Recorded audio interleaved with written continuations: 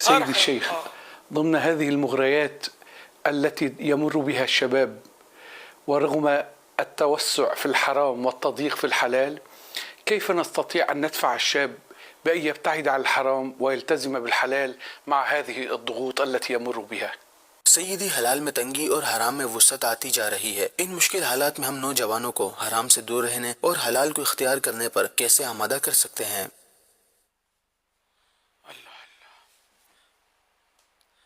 اصل وہ علم دین کی کمی ہے، اور دوسرا اچھی صحبت میسر نہیں ہے۔ اس وجہ سے حلال حرام بڑھتا جا رہا ہے، نیکی اور گناہ اگر ان کو دیکھیں تو گناہ بڑھتے جا رہے ہیں، اچھائی برائی بڑھتی جا رہی ہے۔ تو خالی حلال حرام نہیں ہے، سب میں مطلب ہر معاملے میں مطلب پسپائی ہو گئی ہے، سنتیں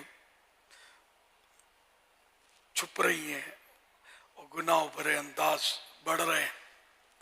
تو اللہ پاک رحمت کی نظر فرمائے، انشاءاللہ دعوت اسلامی کے دینی ماحول کو سب اپنا لیں گے نا تو حلال حرام کی تمیز بھی آ جائے گی۔ ماشاءاللہ ترکی میں بھی دعوت اسلامی کام تو ہو رہا ہے، اور وہاں جتنا کام بڑھائیں گے نا تو انشاءاللہ اس طرح لوگ قریب آئیں گے، سنتیں سیکھیں گے، تو نمازیں سیکھیں گے، گناہوں کی خوفناک گناہوں کے عذاب سنیں گے، ثواب کے عظیم الشان انعامات کا علم ہوگا، نیکیوں کے انعامات کا، تو انشاءاللہ اس طرح ان کے دل جو ہے یہ تبدیل ہوں گے۔ تو ماحول بنانے کی ضرورت ہے، تو انشاءاللہ دینی ماحول بنے گا تو ہو جائے گا، حلال حرام کی تمیز آ جائے گی انشاءاللہ۔ سوال میں نوجوان کا ذکر تھا کہ نوجوان کو کیسے بچایا جائے۔ آپ کو لگتا ہے کہ حرام کمائی کے اور آمدنی کے اس میں کوئی نوجوان یا غیر نوجوان کی کہیں کوئی ہم تمیز کر سکیں گے؟ جو نوجوان نہیں ہوتا، تھوڑا بڑا ہو جاتا ہے تو وہ اس کے ساتھ مال کی محبت چلی جاتی ہے اور اس کو حلال کی طرف دھیان زیادہ چلا جاتا ہے۔ اصل وہ اپنے اپنے کے انداز ہوتے ہیں گفتگو کے۔ آپ کتابوں میں پڑھتے ہوں گے، ہر ایک کو جوان اے جوان کر کے کتابوں میں، عربی کتابوں کے جی ترجمے ہوتے وہ یہ اس طرح ہوتے ہیں۔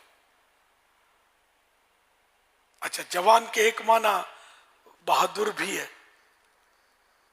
چاہے وہ 100 سال کا ہو، تو غالباً اس حوالے سے اس نے وہ لفظ استعمال کیا ہوگا جوان کا، اللہ بہتر جانے۔